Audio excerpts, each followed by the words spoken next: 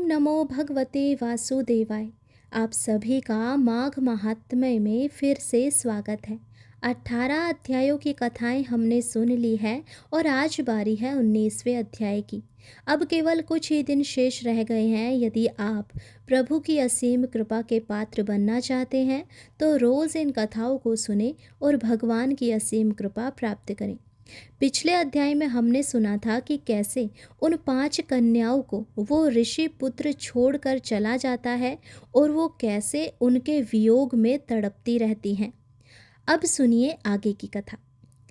जब वो चले गए तो वो पांचों कन्याएं इस प्रकार विलाप करती हुई बहुत देर प्रतीक्षा करके अपने घर लौटी। जब घर आई तो माताओं ने कहा, इतना विलंब तुमने क्यों कर दिया? तब कन्याओं ने कुछ भी जिक्र नहीं किया। बस वे बोली कि किन्नरियों के साथ क्रीड़ा करती हुई सरोवर पर थी और कहने लगी, आज हम थक गई, और जाकर सारी लेट गई। अब वशिष्ठ जी कहते हैं कि इस प्रकार आशय को छुपाकर वह विरह की मारी पड़ी रही। उन्होंने घर में आकर किसी प्रकार की क्रीड़ा नहीं की। वह रात्रि उनको एक युग के समान बीती। सूर्य नारायण के उदय होते ही वह अपने आप को जीवित मानती हुई माताओं की आज्ञा लेकर गौरी पूजन करने वह कन्याएं वहां पर जाने लगी। उसी समय ब्राह्मण भी स्नान करने के लिए सरोवर पर आया। उसके आने पर कन्याओं ने वाह वाह किया।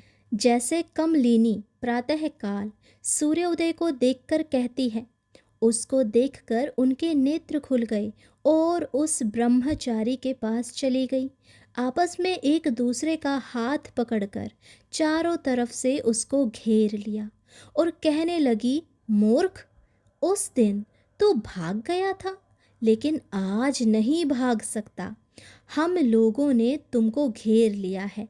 ऐसे वचन सुनकर बहुपाश में बंधे हुए ब्राह्मण ने मुस्कुरा कर कहा, तुमने जो कुछ कहा सो ठीक है, परंतु मैं तो अभी विद्याभ्यास और ब्रह्मचारी हूँ।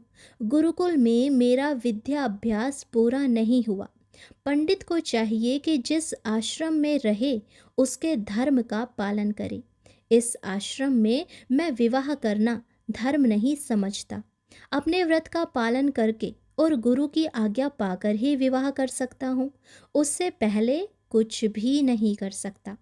यह बात सुनकर वह कन्याएं इस प्रकार बोली जैसे वैशाख मास में कोयल बोलती है।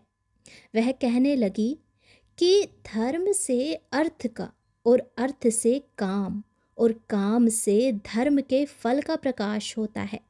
ऐसा ही पंडित लोग और शास्त्र कहते हैं। हम काम सहित धर्म की अधिकता से आपके पास आई हैं, सो आप पृथ्वी के सब भोगों को भोगिए। उस ब्राह्मण ने कहा कि तुम्हारा वचन सत्य है, किंतु मैं अपने व्रत को समाप्त करके ही विवाह कर सकता हूँ, पहले नहीं कर सकता। तब वे कन्याएं कहने लगी कि तुम मूर्ख हो। अनोखी औषधि, ब्रह्म बुद्धि, रसायन सिद्धि, अच्छे कुल की सुंदर नारियां तथा मंत्र जिस समय प्राप्त हो तभी ग्रहण कर लेना चाहिए। कार्य को टालना अच्छा नहीं होता। केवल भाग्य वाले पुरुष ही प्रेम से पूर्ण अच्छे कुल से उत्पन्न स्वयं वर चाहने वाली कन्याओं को प्राप्त होते हैं। कहाँ हम अनोखी नारियां, कहाँ आप तपस्वी बालक। यह बेमेल का मेल मिलाने में विधाता की चतुराई ही तो है। इस कारण आप हम लोगों के साथ गंधर्व विवाह कर ले। इनके ऐसे वचन सुनकर उस धर्मात्मा ब्राह्मण ने कहा कि व्रती रहकर इस समय विवाह नहीं करूँगा, मैं स्वयंवर की इच्छा नहीं करता। इस प्रकार उसके वचन सुनकर उन्होंने एक दूसरे का हाथ छोड़कर उसको पकड़ लिया। सुशील और सुस्वरा ने उसकी भुजाओं को पकड़ लिया। सुतारा ने आलिंगन किया और चंद्रिका ने उसका मुख चूम लिया, परंतु फिर उसने क्रोधित होकर उनको श्राप दे दिया कि तुम डायन की तरह मुझसे चिपटी हो, इस कारण पिशाचिनी हो जाओ। ऐसे श्राप देने पर वह उसको छोड़कर अलग खड़ी हो गई। उन्होंने कहा कि हम निरपराधियों को वृथा क्यों श्राप दिया। तुम्हारी इस धर्मज्ञता पर धिक्कार है।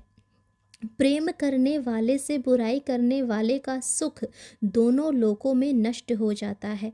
इसीलिए तुम भी हम लोगों के साथ पिशाच हो जाओ। तब वे आपस के क्रोध से उस सरोवर पर पिशाच पिशाचनी हो गए और बस पिशाच पिशाचनी कठिन शब्दों से चिल्लाते हुए अपने कर्मों को भोगने लगे। वशिष्ठ जी कहने लगे कि हे राजन, इस प्रकार वह पिशाच उस सरोवर के इधर उधर फिरते रहे। बहुत समय पश्चात मुनियों में श्रेष्ठ लोमश ऋषि पौष शुक्ल चतुर्थी को उस अच्छोद सरोवर पर स्नान करने के लिए आए।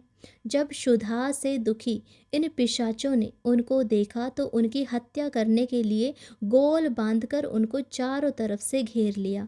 वेदनिधि ब्राह्मण भी वहां पर आ गए और उन्होंने लोमश ऋषि को साष्टांग प्रणाम किया। वे पिशाच ऋषि के तेज के सामने ठहर नहीं सके और दूर जाकर खड़े हो गए। वेदनिधि हाथ जोड़कर लोमश ऋषि से कहने लगे कि भाग्य से ही ऋषियों के दर्शन होते हैं। फिर उन्होंने गंधर्व कन्या और अपने पुत्र का परिचय देकर सब वृतांत सुनाया और कहा कि हे मुनिवर, यह सब ही श्राप मोहित होकर आपके सम्मुख खड़े हैं। आज इन बालकों का निस्तार होगा, जैसे सूर्य उदय से अंधेरे का नाश हो जाता है। वेदनिधि ब्राह्मण के ऐसे वचन सुनकर लोमश ऋषि के नेत्रों में जल भर आया और वेदनिधि से कहने लगे कि मेरे प्रसाद से बालकों को शीघ्र समृद्धि पैदा हो। मैं उनका धर्म कहता हूँ, जिससे इसका आपस का ज्ञान विलीन हो जाएगा। तो भक्तों, ये थी आज के अध्याय की कथा।